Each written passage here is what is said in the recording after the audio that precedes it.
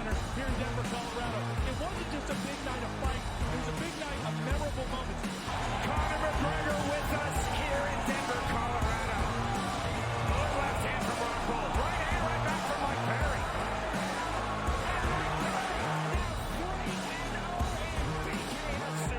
Can I get a face-off with Conor McGregor, man?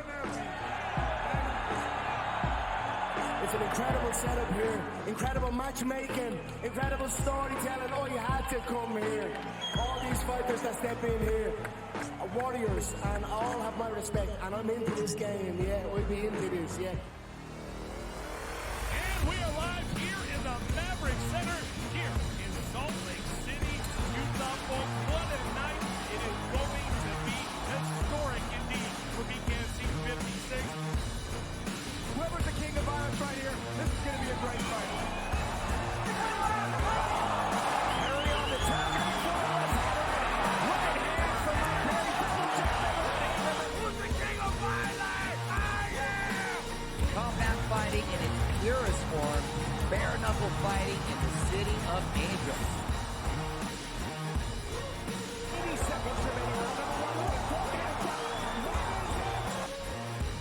We've got the biggest announcement in the BKFC history we're about to make, so let's make that announcement. What's up, Knucklemania? The notorious Conor McGregor here. Ladies and gentlemen, the huge announcement that I have for you today. Conor McGregor, myself, and McGregor Sports and Entertainment is now an owner of Bare Knuckle Fighting Championship. Welcome to the big leagues. David Feldman, baby, we did it. He's now an owner of BKFC with us, and we're going to take this motherfucking thing all the way to the top now.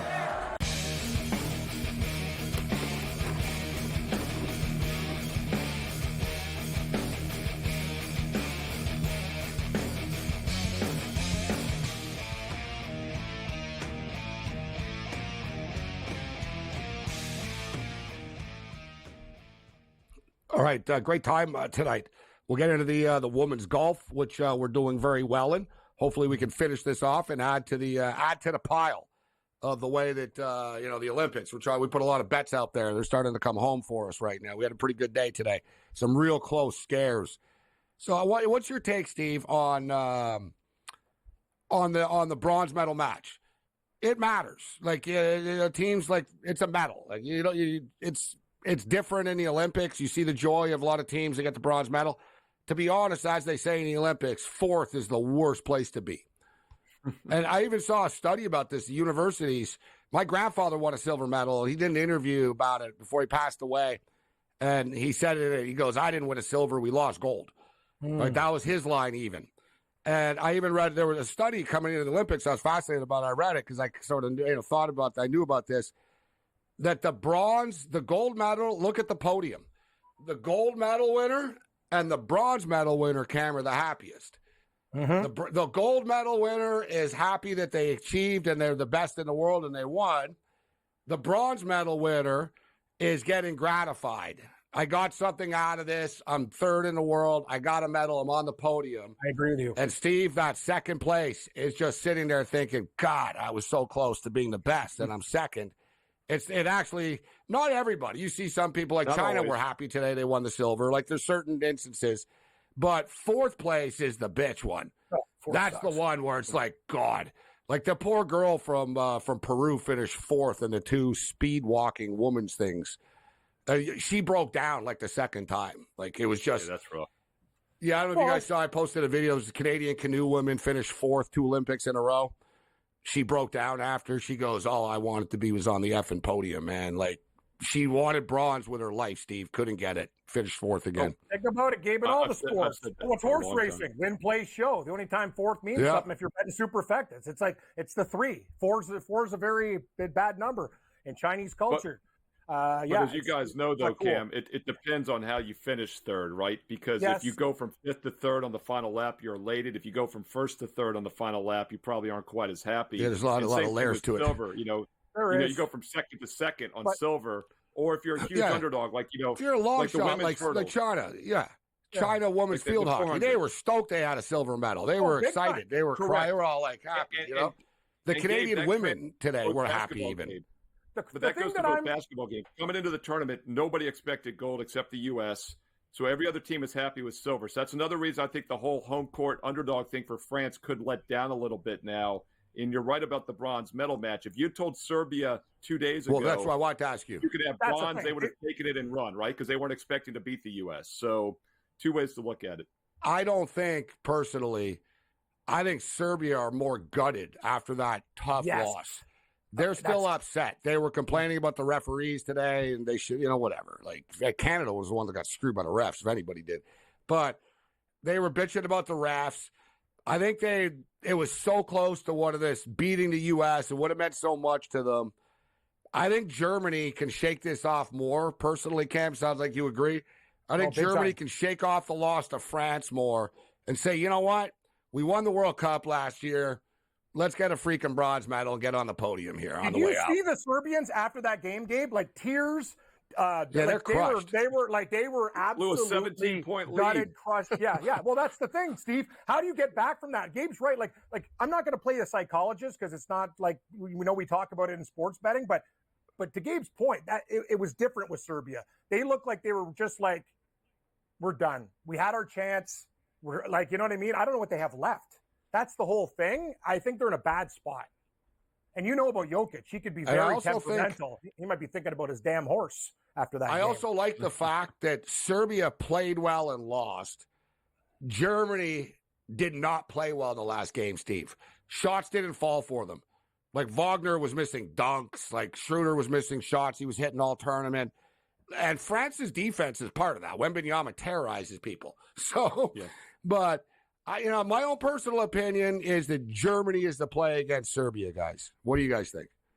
Well, I'll say real quick, it's interesting, Cam. The line's gone from Germany opened as a 1-point favorite. They're now a 2.5 point dog. So the money's actually coming on Serbia, maybe because they look so good against the U.S. The only thing I will say, I totally agree with what you guys are saying about the letdown. You blow a 17-point lead against the best team in the world, that ain't a good spot. But as I said, if you told Serbia 2 days ago before the USA game, we'll give you the bronze medal right now, they probably would have been pretty happy. But that's they weren't expecting probably to beat the USA. I don't know, man. Jokic just won an NBA title. I think Serbia were in it to win it. Like I think they're. I really believe they're gutted. It's different now. Like that's the whole thing, Steve. You say that before, but when you lose in that fashion, crippling, that's a whole different ball game, man. Whatever. We've been there. But all this talk, it's basketball, and whoever hits a couple of threes is going to win. All this motivation, right? Whoever shot is falling. All right, Steve, before we get you out of here, Major League Baseball. They've done some good things. The Field of Dreams game. The tribute to the Negro Leagues this year was great when they went to Alabama. And I think baseball, Rickwood Stadium. And baseball is not in the South much. They have the Atlanta Braves, but baseball doesn't really have a footprint in the South at all. So to reach out a little bit and shake things up, I think it's a good idea. And Tom, we can get this up, the Bristol and the configuration. So Major League Baseball next year, the Atlanta Braves, I think it's the Braves and the Reds are going to be playing at Bristol Raceway, Steve. And remember, guys, they had 156,000 people at the football game for the Vols and the Hokies. So they're going to do baseball here. Do we have the picture up? Or can we get this up of the stadium?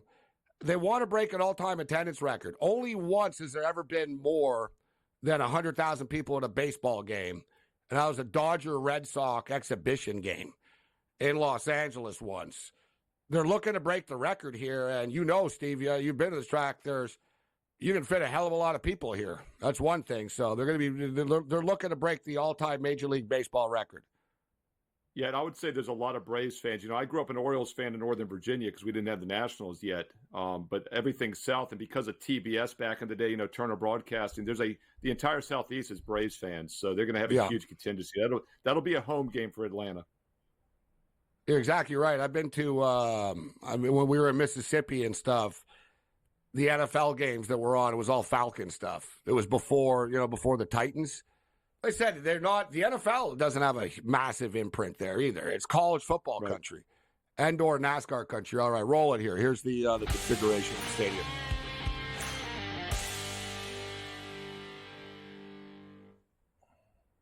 Yeah, there it is. That's a big ass baseball stadium. Man, that looks cool. I like it. Yeah, I do too. It's pretty cool. I want to see Shohei Ohtani put one in the upper deck here. Yeah.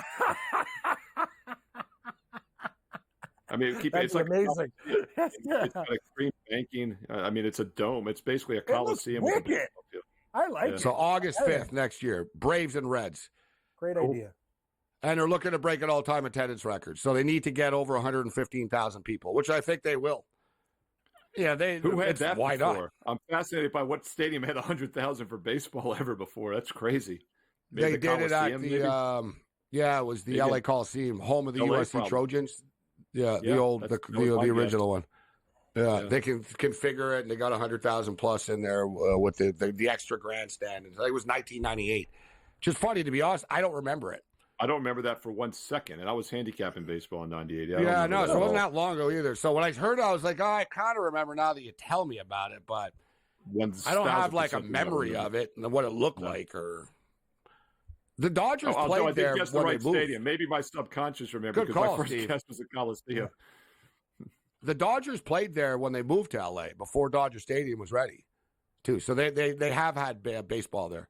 Great stuff, Steve. Fun talking Olympics with you. Yeah, man. Excellent. Next week, we'll start doing some college football. A couple of weeks away. We got to get serious soon, man. August is halfway through. I enjoyed it, though. I'm going to miss the Olympics. It was fun. Good stuff. It's fun to see games that matter, sports that matter. That Monday. Hey, this closing ceremony, Steve, Sunday night, Tom Cruise is supposedly doing some stunt. I swear to God.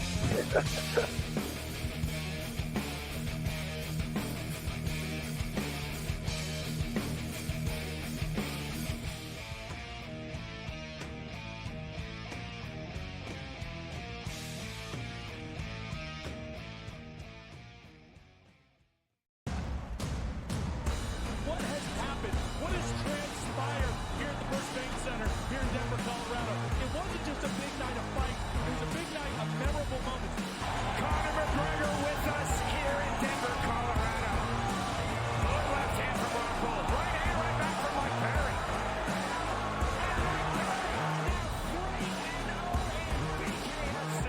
Can I get a face-off with Conor McGregor, man? It's an incredible setup here, incredible matchmaking, incredible storytelling. Oh, you had to come here. All these fighters that step in here are warriors, and all have my respect. And I'm into this game, yeah. We'll be into this, yeah. And we are live here in the Maverick Center here in Salt Lake City, Utah. Folks, what a night. It is going to be historic indeed for BKFC 56. Whoever's the king of violence right here, this is going to be a great fight. Perry on the top. Right hand from Mike Perry. Double jab. Who's the king of violence? I am! Combat fighting in its purest form, bare knuckle fighting in the city of angels. 80 seconds remaining. We've got the biggest announcement in the BKFC history we're about to make, so let's make that announcement. What's up, Knucklemania? The notorious Conor McGregor here. Ladies and gentlemen, the huge announcement that I have for you today. Conor McGregor, myself, and McGregor Sports and Entertainment is now an owner of Bare Knuckle Fighting Championship. Welcome to the big leagues. David Feldman, baby, we did it. He's now an owner of BKFC with us, and we're going to take this motherfucking thing all the way to the top now.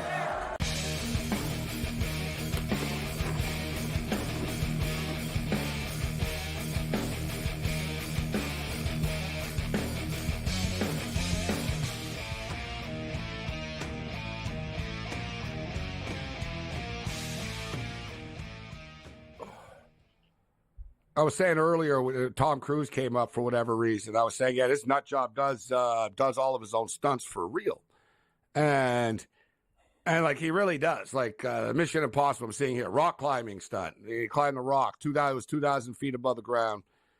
They said that they could have done CGI, but he refused it. He's jumped out of a helicopter like a million times. And a lot of like big time stars don't do this stuff. They'd be like, no, man, that's what you got stunt doubles for. I'm not jumping out. Like, he's like, but he encourages, like, he needs the best out of everybody. it's a weird tie-in here that he's doing the Olympics on the way out, but they're not going to tell us what he's going to do. But USA Today, Tom Cruise to perform stunt at Olympic closing ceremony. Toronto Star expected to close the ceremony with a dazzling stunt in Paris. Here's Tom Cruise touted for a dystopian Olympic closing ceremony. And finally, in closing, Tom Cruise at Olympic closing ceremonies is a disgrace, his anti-cult group. As Tom Cruise is a very controversial personality. The opening ceremonies at the Olympics were off the hook. They spent like, I don't know, $1.4 billion on it or something stupid like that. So, they're going to close with a bang. That's going to be on Sunday. But we've got a lot more events coming up here still. So we talked about the basketball, men's and women's. And we didn't really get Rob Vino's going to join us in a couple of minutes. We got the women's soccer in the morning, USA and Brazil. USA should be able to pull this off.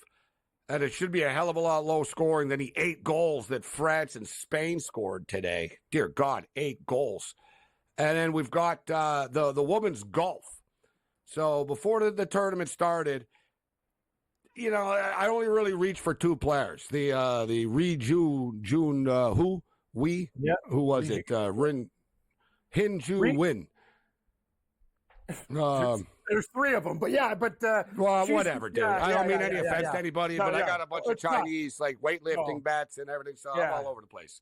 Li Wen, Li Ching, Li like. So Hinru. Yeah. So whatever, Hinru. Ryu. I know you're talking. She's not doing so well. But my other pick, Lydia Ko, she's right there. I got her each way top 5. But it's still like 22 to 1, 25 to 1. So as long as she doesn't like totally melt down, we should get this. And she might actually win this thing. I wish I would have put, easy to say, but she was 33 to 1, higher at some spots, but 33 to 1 I saw before the tournament started. She's in first place with 1 round to go. I will give you credit because you remembered, you brought up Lydia Ko, and I said, how do I forget a woman that's won a medal every time since golf has been inducted into the Olympics? And I'm going to say one thing. This is very important for people like me and Gabe. I got Finnical. She's T4. Rose Zhang at the start of the tournament, 20, 28 or whatever the hell it is, and I bet her again when she was way back. She's there. We both got Ko. Here's the deal, Gabe. That Swiss girl didn't totally fall apart. She's still tied for the lead. This has to be watched because if you're sleeping in and you miss this stuff, this is a hedge opportunity because there's going to be a lot of women. Take a look at the leaderboard. You got 9, 7, like, you know what I mean, Gabe? And it's going to come down. There's probably going to be a battle from at least 3. And I think you're still in a hedge point when you got these ladies over 25, like you got 22 each way, 25 to 130. Those are big enough numbers where you can bring out Edward Scissorhands. I know you hate the Garden, but you might have to do it. That's the whole thing. You could be in that situation. You don't want to lose by 1 stroke like what Scheffler does on Sunday. It's very important. You might make a lot of money. No. I know what you're saying, but I'm just going to live with Ko. It's like playing too many lottery tickets. Just because I have 5 doesn't mean, dude, all I need her to do is finish in the top 5. Oh, I thought you had her to win. To win, too. I got her each way. Yeah, so it's each way top 5 bet. Fair enough. Okay, that's cool then. No problem. And it doesn't pay that much less actually than her actually winning, to be honest. So I don't know. We'll name a pick. Well, who do you think is going to win? Like if 3. it's not her. I told you, Finnical. She's live at 8 to 1 right now. I liked her. That was the girl you remember we both pointed her out, like literally in round 1 when she wasn't even there. She's there now. And also, I have Rose Zhang at the start of the tournament. She was my American pick over Korda. She's the second choice behind Ko right now at 4. I got her at, I think, 22 or 20. Yeah, I got Rose Zhang. So me and you, we got a lot of this board covered. I don't have Morgan Motro, the girl from Switzerland who's made 415 cuts. I don't even know how the hell she's on the leaderboard, but it's been a beautiful performance. 1 round of golf left, but pretty crazy that Lydia Ko was 33 to 1, and now she's plus 180. Let's bring Mr. Rob Vino in right now. We just had Steve Merrill on. We were talking some basketball, some wild stuff in the Olympic Games, and a lot of regret on my end, Steve. For Rob, after talking with Steve, we were just talking about the NFL preseason, and we didn't get to the CFL yet, but we went 3-1-1. I sent you the picks, too, that I showed you what I was playing in the NFL tonight. we got a late win with the Philadelphia Eagles, so 3 wins. No, what was it? Was we got the win with the 3-2 when it's all said and done. I thought we got the extra win there anyway, so I'm all confused now with all these sports. But NFL preseason was good. Under was bad in the CFL, and I hate betting unders, guys. We bet the under and we get burnt, Rob. Turns into a freaking track meet late. Yeah, and you wouldn't have expected it from those two teams, guys. Certainly you would have thought more about, like last week, honestly. Last week's game got to 50 between the same two teams, and it got there because, again, Jake Merritt throws a interception that gets returned just like he does this week. Last week got returned to like the 10-yard line, set up a short touchdown, basically put that game over the number. But the NFL guys, preseason week 1, 5 consecutive unders now, no overs between yesterday and today. So around a 5-0 under string, and somewhere along the line tomorrow, Gabe, that's got to be snapped. So pick. You got a handful of games. Pick it over, buddy, because 5-0 to the under so far this week. And the CFL is getting unpredictable. Now my head is spinning now. Now I'm all upset. I'm like, who the hell did I have in the NFL? in the NFL tonight. But I liked how it ended. All right, so that's it. We lost with the Falcons, but we won with the under there. We lost with the Steelers. We win the under. So there's the 2-2, and then we hit the Eagles. So it's 3-2. That was it. I was confused earlier. So we go 3-2 when it's all said and done. 2-1 last night. We'll take it.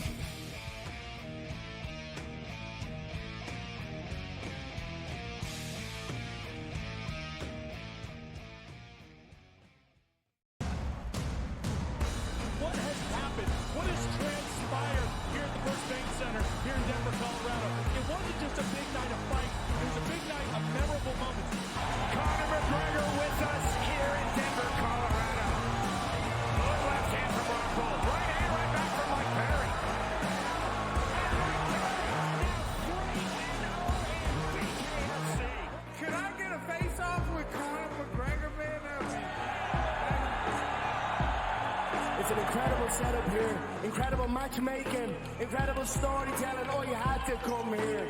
All these fighters that step in here are warriors, and all have my respect. And I'm into this game, yeah. We'll be into this, yeah. And we are live here in the Maverick Center, here in Salt Lake City, Utah. Folks, what a night. It is going to be historic indeed for BKFC 56. Whoever's the king of violence right here, this is going to be a great fight. Harry on the top. Right hand from Perry, double jab. Who's the king of violence? I am! Combat fighting in its purest form, bare knuckle fighting in the city of angels. 80 seconds remaining. We've got the biggest announcement in the BKFC history we're about to make, so let's make that announcement. What's up, Knucklemania? The notorious Conor McGregor here. Ladies and gentlemen, the huge announcement that I have for you today.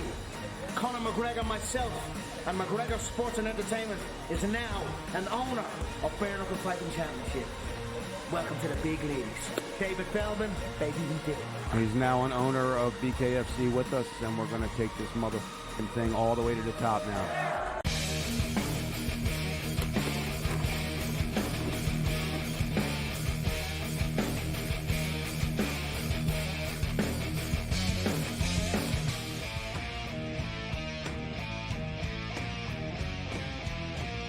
Trust me, I swear.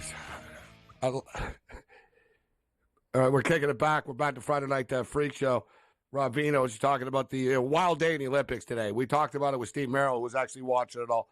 You had the men's 4x400 meter. Canada wins anywhere from 66-1, 50-1, 33-1. That big of an upset, that big of a payday for Canada to win the men's 4x4 relay today. They won.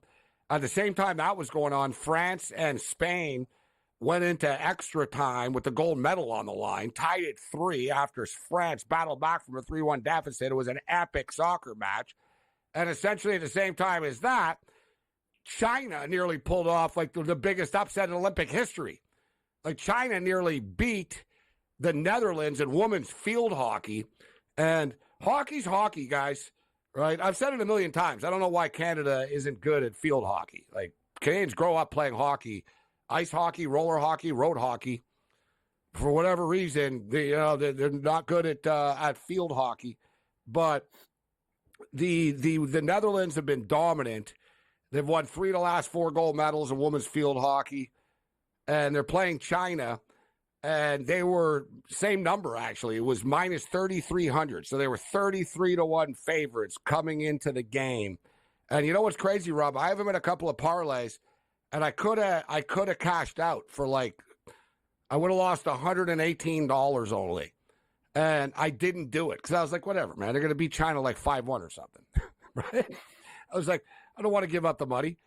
I'm watching the game, and I'm like, I cannot believe I could have hedged out of this and just not even have to live this torture and pain that I'm going. But you know how I roll, guys.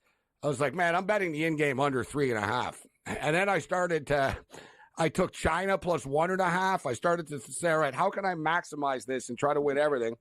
But it was just like hockey. China scored an early goal like 6 minutes into the game. And it's a 60-minute game, 4 15-minute periods. And they scored like 6 minutes into the game. It's 1-0. And then the rest of the game, Holland are hitting goalposts. They're all over them. They just can't score, except it started to get real. Like it was into the final 5-6 minutes of the hockey game. And then boom, Holland scores, Netherlands score. It ends up going to penalty shots, to a shootout.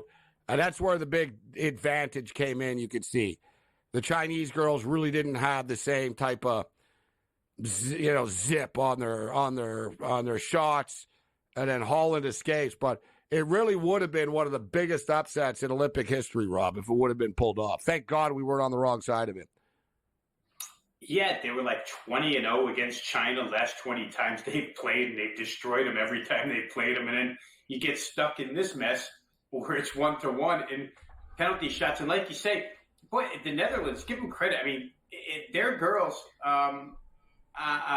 their women on penalty shots, angle, backhand, lift shots in the corner of the net where China's kind of tapping it up to the goalie and looking around. And once we got ahead 2-0, they choked under the pressure of the penalty shots. It got intense for them. Once they got 2-0 in penalty shots, it looked pretty good for Netherlands from there. One thing we didn't mention here real quick, Gabe, is, for those who took Belgium +5, you get left at the doorstep 81-75 as France wins that game in OT. Belgium down early, but came back, tied her up. Unbelievable. And Belgium hits the 3. Unbelievable. that Belgium hits the 3. One thing I'll say quickly about the field hockey, this is a cool rule they had that I think should be implemented actually into the National Hockey League, is that on their penalty shots, you notice, Rob, there was an 8-second shot clock. Yeah. So, one of the girls on Holland came down and did all these, sort of hockey moves, Cam. She went one way, she backed up, she went this way. And it was like, man, are you going to shoot the effing ball or what? You know what I mean? It's sort of like hockey when guys roll in super slow. And she ran out of time. She scored, but she took too long to do it. They were like, 8 seconds is up, and there's a buzzer. They should do that on the penalty shots in hockey in the shootout. You mean it'll stop these jackasses, from skating around in their little slow skate down the ice, and it takes forever. And then they do their little fancy moves. It's not realistic play. You're turning it into a video game play. And if anything, Rob, I was actually pleasantly surprised as someone that was panicked to see how easy it was to score, that you had that much time. Because, like you said, the Dutch girls, they would just back in and then turn around and whack a backhand top shelf and stuff and put themselves and the Chinese girls were all shy, coming up in a little slap shot from outside. You know what I mean? No, it was true. It was oh, I would have stopped that. You know what I mean? You're right. You're right, Dave. It's a great idea for a lot of reasons, too. Good call by you. Yeah, goalies will like it.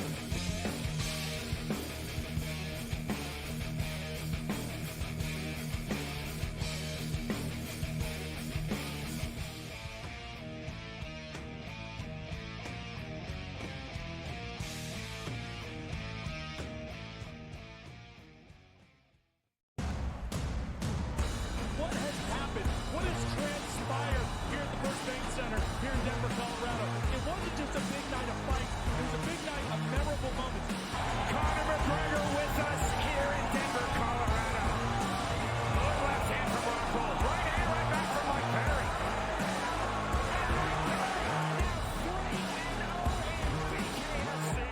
Can I get a face-off with Conor McGregor, man? It's an incredible setup here, incredible matchmaking, incredible storytelling. Oh, you had to come here. All these fighters that step in here are warriors, and all have my respect. And I'm into this game, yeah. We'll be into this, yeah.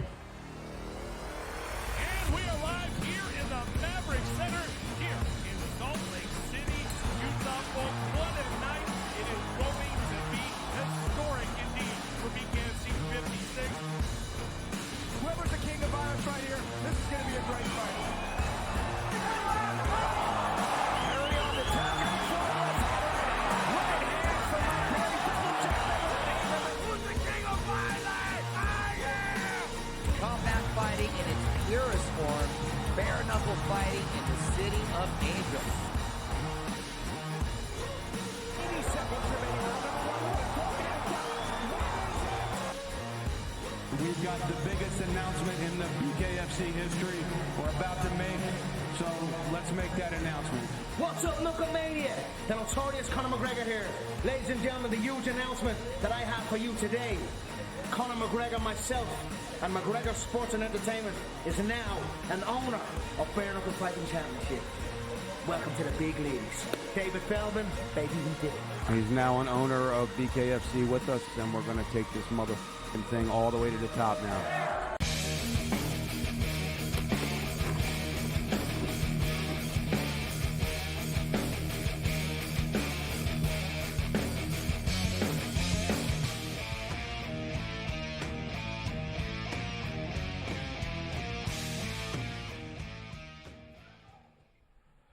Well, we got a real race going on for the gold medal. And what I really like about this, the Olympics, fair play. China as and the U.S., fair play for the gold medal tally. Fair play. Fair play award. But listen, the USA should pull this out. The USA women should win the women's title tomorrow in soccer. I think they're going to beat Brazil. I think they should win in regulation as well. It's a relatively good price. But so much stuff to get to. Rob, let's just jump into the basketball. We talked about it with Merrill a bit, and he thinks that both U.S. teams are going to roll both French teams. And let's start off with the men's. And, you know, France coming off of two very emotional wins, kind of challenged offensively, but we've seen them play like they're punching above their body weight right now. And they're in France. Clearly they have this, you know, they're rolling right now. The U.S. are so damn deep, but the fact I really want to talk myself in, and I have a France ticket at plus 1,500 that I'm kind of stuck with. I can't hedge. Like, there's nothing I can do with it. USA are minus 1,500 on the money line. Like we said, the best thing that can happen is France get out to a big lead early, and I can jump in on the U.S. But would you agree that the U.S. are kind of more dangerous now that they've had their scare? That Serbia just like nearly, knocked them out here. I don't think they're going to be flat coming out in the gold medal game now. What's your take? Yeah, and the situationals would lead you to the U.S., right? Just as you're saying, the U.S. should come out focused after being having the scare, and France being drained after two, tough victories could be a little bit flat. Although the home crowd has really come into play here in Paris for the French team, so it's interesting, Gabe. For the U.S. Offense was never the problem in that game against Serbia, right? Steph Curry comes out three. He had like 14 points in the first 17 or whatever. They just couldn't stop Serbia from scoring. Probably won't be the case against France. I think if you like the French side, you want the half-court game. You want the methodical game with the defense as the anchor for that squad and maybe holding the U.S. down. The 177.5 total was bet down a couple of points. I thought 177.5 might have been a bit too high in a game like this, where I don't think that the U.S. is going to be able to just, rev up the Jets and run up and down all game long. Like they've been able to do against most of these opponents, don't slow them down. But France, likelihood is they can at least dictate tempo for a little bit. And will Rudy Gobert even play another question, right? Will they twin tower it, or will he just spend time on the bench like he has the last couple of games? Nope. Know what, too, guys? If you look at Serbia, look what they did well. The USA was playing, and they're keying on Jokic. They're leaving guys open for threes, and they have guys who can bury threes. France doesn't play that type of game, Gabe. They're long, lean, in your face. They want to pound. It's kind of a better matchup for the U.S. because they can play that thing where Serbia was they were hitting their bombs, and the USA was leaving these guys open, and they were executing. So I think it's just a better matchup. That's my opinion. I think France would have to play the game of their lives to pull this off offensively. The Cardinere guy, like you said, they have been physical in the paint. And that's been somewhat of a surprise, though, that Gobert hasn't played. Look, they beat Canada. Wemby had 7 points. Gobert played 4 minutes. But I wonder, too, Rob, now that it's more of an NBA game, that Gobert gets back on the court here. I don't think they banish Gobert so much. I think it's just sort of he's going with the hot lineup and the hot, the rotation that works for him, sort of in the Tatum way. The Tatum's on the outside looking in right now.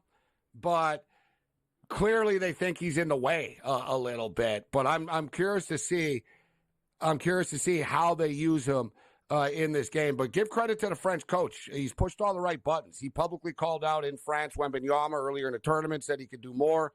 He's standing around too much. The ball is dying when it gets to him. And Wembanyama was much more active. He's responded to this. France have to get off to that early lead, really get the crowd going. But I just think the U.S., it's a lot like you see this in sports. You see this in a fight game. When a fighter gets really scared and close to losing, it's a big wake-up call for them. And they know, all right, there's only one more game left. But with all that being stated, it is 16 points, guys. Like, you know what I'm saying? It is, and France have been balling right now, and the crowd is going to be really, really into this thing. It's. I don't just want to automatically dismiss France, to be honest. So I'm on the ticket, and I'm going to say that they don't murder them actually. So that's my take. I'm going to say France cover the number, Cam, in this game. Bold, because I like your take about the USA surviving and coming back in a miraculous fashion to beat Serbia. That was a slap in the face and a severe wake-up call. But the one thing that you bring to the table, the way France plays, they're mean. They go inside. They're not afraid. They take up your space, and the crowd will be big as well. I think the number's a very, very good number. I think the USA is probably going to win by like 18. I think it's going to be right on the number. I'm thinking what you just said, Rob, about the total here, and I hate the under word as we just discussed earlier with this CFL earlier. The U word. The basketball yes. the basketball is a little bit different, but I think that France can successfully. I do believe in their coaching staff. I do believe in sort of the superpower of them playing in France. Maybe it could backfire them on a little bit, but like you said, slow the game down, half court this game. You know what I mean? Make the pace, try to play 2018 after quarter type of deal. You know what I'm saying? Play into the high teens, low 20s per quarter, limit the USA's possessions. And if one thing that Serbia did not do, Rob, they did not defend a three. France will defend a three, right? Like Wembanyama is arguably the best defender. He's going to be the best defender on the court. He's going to have to really spread his wings and give it his all here. But I think they need Gobert on the court a little bit for his defense, but I do think as you're talking about the total, I hate when people say, oh, it's correlated, but it almost is. If France can slow this game down, this game's going under the number, Rob. Yeah, just doing math in my head, Gabe, a 93 to 80 U.S. win to me seems maybe reasonable. That's an under. 93 to 80. Do you think the French get to 80? Do you think U.S. gets to 93? Yeah, not easy to get to 93 on France either. Like on the other flip coin of that. The U.S. hasn't played a lot of length, Gabe. There's not a lot of teams with length. And when you add in Boris Diaw to the equation as far as perimeter defense is concerned, the French defend the arc, the French defend inside, and it's not going to be easy if the game is made into a methodical style game for U.S. There's times where they don't make shots. I know they can come at you in waves, but you can't let them run. These other teams allowed the United States to run, and it's just a no contest when that happens. So we'll see if France can dictate tempo and make a couple of shots here. They've been able to do that so far it kind of stunted Germany's shooting too. You know, their defense was really good against Germany. France's was. Yeah, that's the whole thing. People say, "Oh, Schroeder had a bad game, Wagner had a bad game." Yeah, because of France. People are like, "Oh, Canada couldn't hit a three." Well, yeah, because of France's defense. Right. There's something to it, right? But the U.S. just have too many guys. The problem is, you know, you can shut down Durant, you can shut down LeBron, you can shut down Booker, and then suddenly Curry starts. It's like whack-a-mole with the U.S., right? Suddenly somebody's going to start hitting shots for them, like Embiid did suddenly out of the blue in the fourth quarter for them. The woman, I was watching the French game today, Rob. I pat myself on the back. Not all my bets have been great with the in-game stuff in the Olympics or like the live events. My futures were good, but I jumped on France in-game, and I jumped on the over 135.5. I got bailed out by the overtime, so I was happy that free hit. France getting 15.5 against the USA women. I think the men have a better chance of covering than the women do. I think this French team is very offensively challenged on the women's side. We'll get Rob Vino's take on the other side, and we'll talk some CFL football, NFL preseason football. We'll talk more Olympics later on as well. We'll wrap up this game. We'll get you caught up to date with the events that are going on. And we got Tony Finn coming up later. And I've learned my lesson, Rob and Cam. You'll like this, Rob. I'm not going to ask Tony about the Olympics. He'll just have some inappropriate joke and crack back. You know?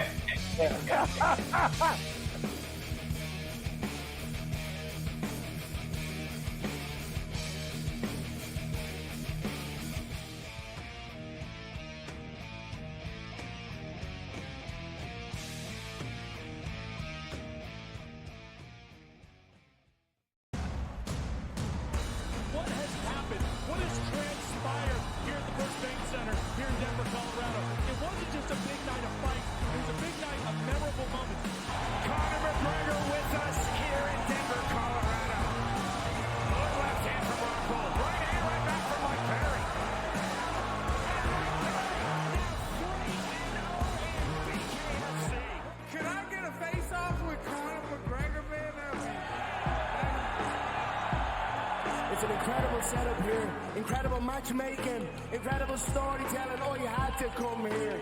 All these fighters that step in here are warriors, and all have my respect. And I'm into this game, yeah. We'll be into this, yeah. And we are live here in the Maverick Center, here in Salt Lake City, Utah. Folks, what a night. It is going to be historic indeed for BKFC 56. Whoever's the king of violence right here, this is going to be a great fight. Harry on the top. Right hand from my boy, double check. Who's the king of violence? I am! Combat fighting in its purest form, bare knuckle fighting in the city of angels. 80 seconds remaining. We've got the biggest announcement in the BKFC history we're about to make, so let's make that announcement. What's up, Knucklemania? The notorious Conor McGregor here. Ladies and gentlemen, the huge announcement that I have for you today. Conor McGregor, myself, and McGregor Sports and Entertainment is now an owner of Bare Knuckle Fighting Championship. Welcome to the big leagues. David Feldman, baby, we did it. He's now an owner of BKFC with us, and we're going to take this motherfucking thing all the way to the top now.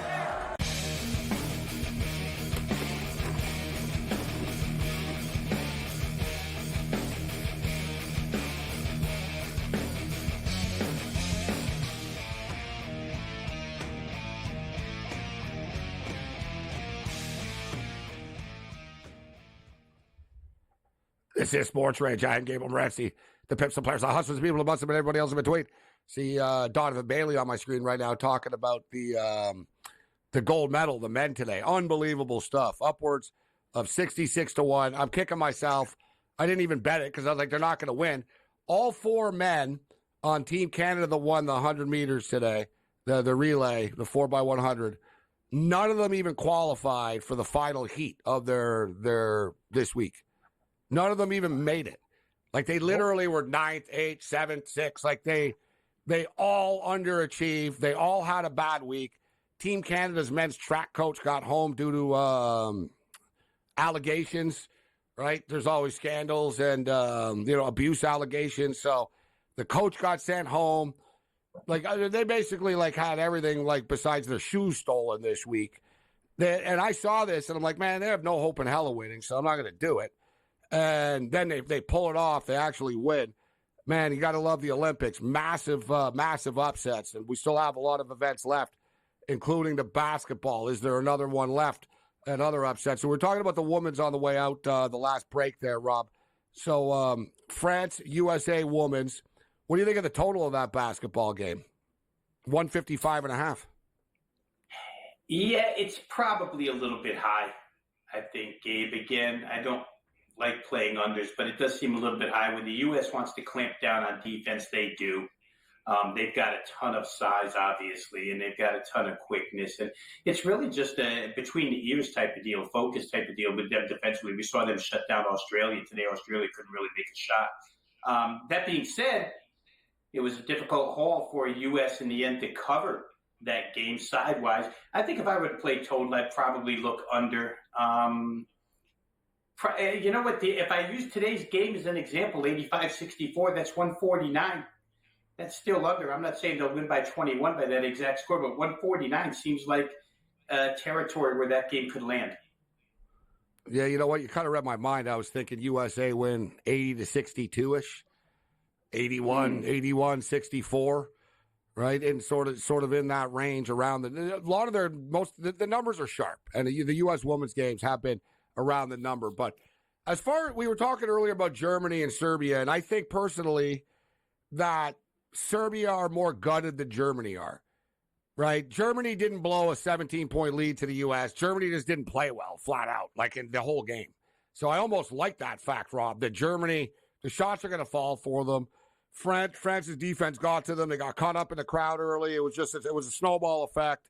They were due for a bad game. They had won 12 games in a row. It happened. Serbia, on the other hand, I saw today they're still complaining about the referees. They want to file it. They're very unhappy about everything still, right? To be expected. So, and I'm not blaming the refs at all, but they took it very hard, and they're very emotional people. I think Germany are the play. I know the market likes Serbia, but I personally think Germany are going to show up tomorrow. The shots are going to fall. They're going to be the looser team. But what about the total of this one? Playing for a bronze. They want the bronze, but I think this is sort of the run-and-gun game. They're going to be taking threes, playing for a bronze medal here, gold medal not on the line. They're going to ease up a little bit here. We see this in soccer in the third-place games often. I know there's a medal at stake, but I don't think it plays like a final game, Rob. I can see some flow to this Germany-Serbia game. Totally agree. Serbia has not backed down from anybody that wanted to go. And Serbia, to be honest with you, Gabe, hasn't been a good defensive team all tournament long. They've been far better offensively than they have been defensively. And I agree with your point that Germany, this is a huge step down in class defensively for the German side. And you play France, and then you play Serbia. It's two different worlds. The perimeter defense isn't there from Serbia the way it is from France. And I know that Franz Wagner had a difficult game the other day. Dennis Schroeder was hounded.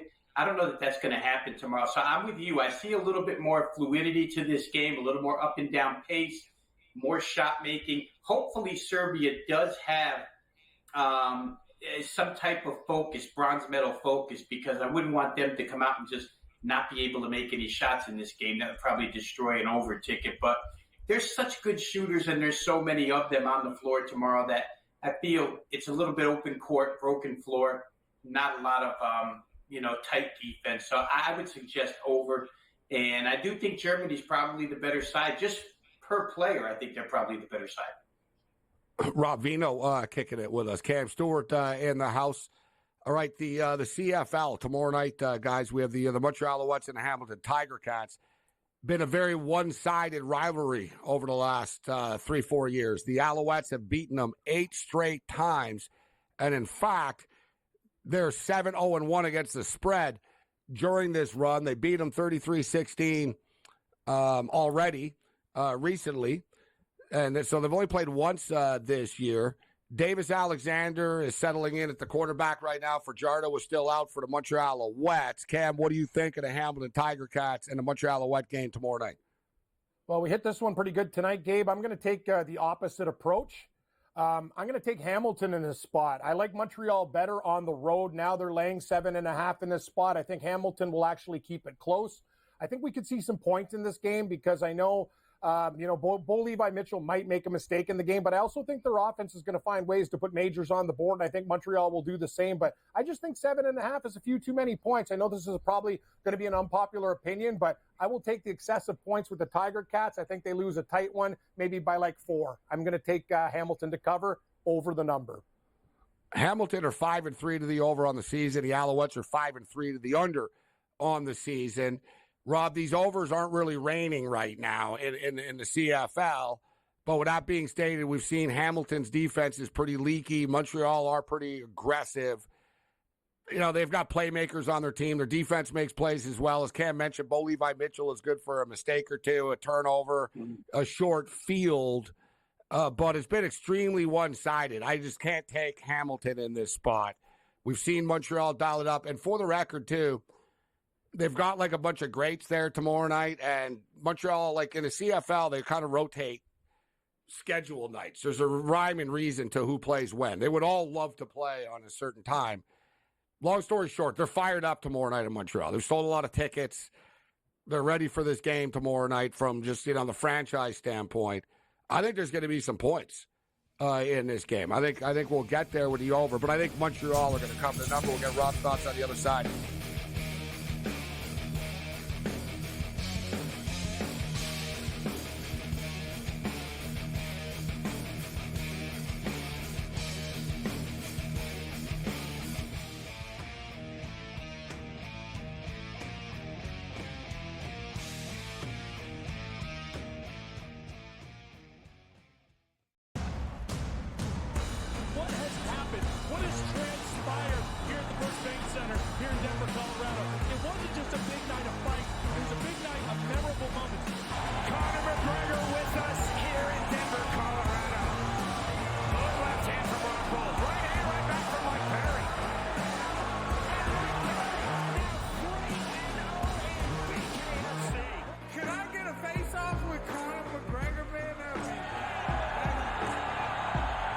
It's an incredible setup here, incredible matchmaking, incredible storytelling. Oh, you had to come here. All these fighters that step in here are warriors, and all have my respect. And I'm into this game, yeah. We'll be into this, yeah. And we are live here in the Maverick Center, here in Salt Lake City, Utah. Folks, what a night. It is going to be historic indeed for BKFC 56. Whoever's the king of violence right here, this is going to be a great fight. Harry on the top. Right hand from my Perry. Double check. Who's the king of violence? I am! Combat fighting in its purest form. Bare knuckle fighting in the city of angels. 80 seconds remaining. We've got the biggest announcement in the BKFC history we're about to make, so let's make that announcement. What's up, Knucklemania? The notorious Conor McGregor here. Ladies and gentlemen, the huge announcement that I have for you today. Conor McGregor, myself, and McGregor Sports and Entertainment is now an owner of Bare Knuckle Fighting Championship. Welcome to the big leagues. David Feldman, baby, we did it. He's now an owner of BKFC with us, and we're going to take this motherfucking thing all the way to the top now.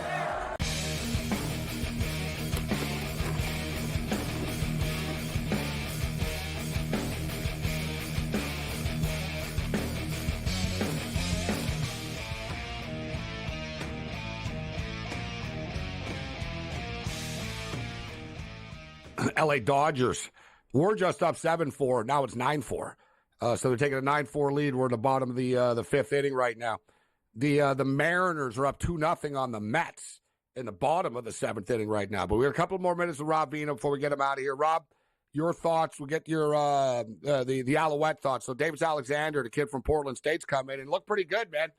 Kid slings the ball around. He's got confidence, and they don't hold back the playbook for him at all. Like, they're running their offense, actually. Like, when Caleb Evans was playing, it was like, okay, let's just let him dump it off, let him run around a little bit. And Alexander was a pleasant surprise. The kid comes in and just starts slinging it around. I know it's only been a game and a half right now, but he looks like the real deal here. I brought up the history of these two teams playing, and, man, it's been so one-sided. It's hard to trust Hamilton, even though I get it. It's enticing at the 7. I do like the over, though, but I think Montreal's going to cover. What's your take? Yeah, I think the technical spot here, like Cam was talking, Hamilton hasn't received this many points all season long, and Montreal hasn't been a covering machine at home. So technically speaking, I think you could look at the Hamilton side, but everything else would lean you toward Montreal. Total-wise here, Gabe, I mean, this game hits 50 points last week. If, in fact, Montreal kicks the extra point at the end of the game, instead they decided to go for 2. I think they were PO'd that there was a hit on Alexander, right? We wonder how healthy he even is for this game. He left the game with a bad leg. Evans comes in, gets absolutely mauled. The next play, he's out for the season. So Alexander, they signed Dominic Davis now, another CFL vet. Dominic Davis has been signed. Yeah, so I think Montreal, they move the football game and they move it vertically. I like the way they score points. Hamilton's always capable of yardage and points. Bo Levi Mitchell, he's going to do something wrong in this game. You just hope it's not when they're going in for a score. You'd rather have it happen to create the other team's score if you're playing over. The biggest stat in this game, or the biggest technical trend in this game, Hamilton's second halves. Remember how we used to play Saskatchewan second halves over last year? Hamilton right now 7-1 to the over in the second half, and their second halves are averaging 31.3 points per game, including last week where they scored 32 combined in the second half. So wait till halftime and play the over, second half over in Hamilton games. It looks like it's a pretty good moneymaker this year. BC Lions lose Vernon Adams. Absolute disaster of a football game. One of the worst offensive performances in the history of the CFL. Just point blank. They had 4 first downs in the football game. It was that inept. And now Adams is out. Dolgala gets the start here. I know that Trey Ford, and I'm a big Trey Ford guy. We were on him last week. We loved the over last week. You have a BC Lion team, Rob, coming off the embarrassment to Calgary a couple of weeks ago that they weren't very good. Then they're humiliated and actually shut out. I get that Vernon Adams isn't here, and I get that the Elks are reborn right now, but I just cannot not take the BC Lions here. I'm on the BC Lions. They're going to find a way here, Rob.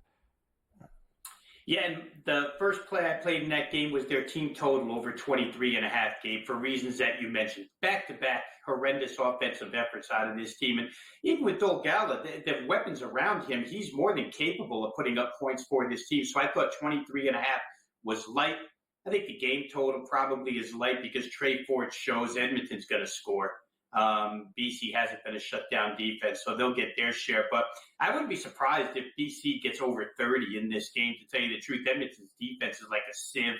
And I think there's been a pretty good overreaction to the loss of Vernon Adams here, which leads me to playing, like I say, BC's team total and full game total. This is the ultimate great spot for a football team, coming off of 2 bad losses. And we should know, taking on a team that they haven't lost to since 2021. They've beaten them 8 straight times, 7-1 against the spread. Cam, what's your pick for the Lions and the Elks? I got to take the Lions for all the reasons that you guys said. I know it's tempting to take Edmonton with the way they played, but that's one game. I think BC is going to be ready in this game. That was a deplorable performance. As you said, nobody goes a game scoreless in the CFL. It was absolutely pathetic. BC has the weapons. The key, you got to protect the young quarterback. If they do, it shouldn't be a problem. I agree with Vino and the team over. I like the BC Lions to win this game. And, Rob, before we get you out of here, NFL preseason, you know what, we'll keep you just for a quick second on the other side of the break, actually. We'll see what you like tomorrow on the way out. We talked about the 5 straight unders in the NFL right now, an intriguing card. Tomorrow, Caleb Williams set to make his debut with the Chicago Bears, and I brought it up earlier. The Buffalo Bills are not a very good preseason team. We saw the Texans play well tonight. Will that theme continue? Did the team that has a game under their belt get it done? Bears getting 2.5 points. 38.5 feels high as well.